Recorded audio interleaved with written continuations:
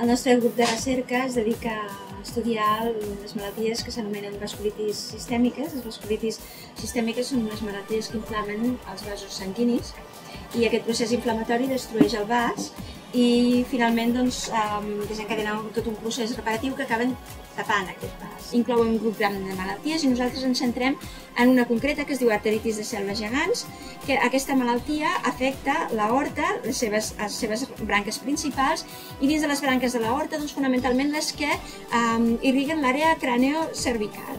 Fàrmacs com la cortisona, fàrmacs que baixen les defenses, com els fàrmacs immunodepressors, es dirigeixen fonamentalment a parar la inflamació, però no a evitar aquests fenòmens reparatius que són els que comporten aquestes obliteracions dels vasos. Hem desenvolupat un model que és un cultiu d'aquesta artèria. Intentem en aquest cultiu valorar respostes que puguin comportar una oclusió dels vasos. Nosaltres en aquest sistema estudiem, manipulem aquest sistema amb fàrmacs que s'han dissenyat per a altres patologies o amb fàrmacs que són ja teràpies molt dirigides contra vies de reparació o vies d'inflamació. En aquest sentit, en l'àrea clínica hem identificat unes poblacions de risc dins dels pacients que tenen aquesta malaltia, uns individus que són més propensos a desenvolupar aquests fenòmens reparatius dels vasos que comporten que finalment es tapin.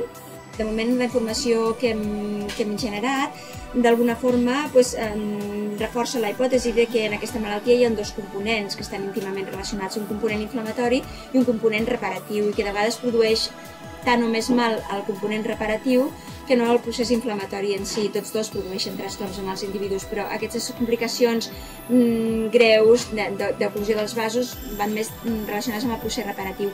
Per tant, els tractaments actuals, com la cortisona i altres fàrmacs que baixen les defenses, adrecen fonamentalment al component inflamatori, però pensem que el component reparatiu també s'ha d'adreçar simultàniament o de manera complementària amb els tractaments dirigits cap a frenar la inflamació.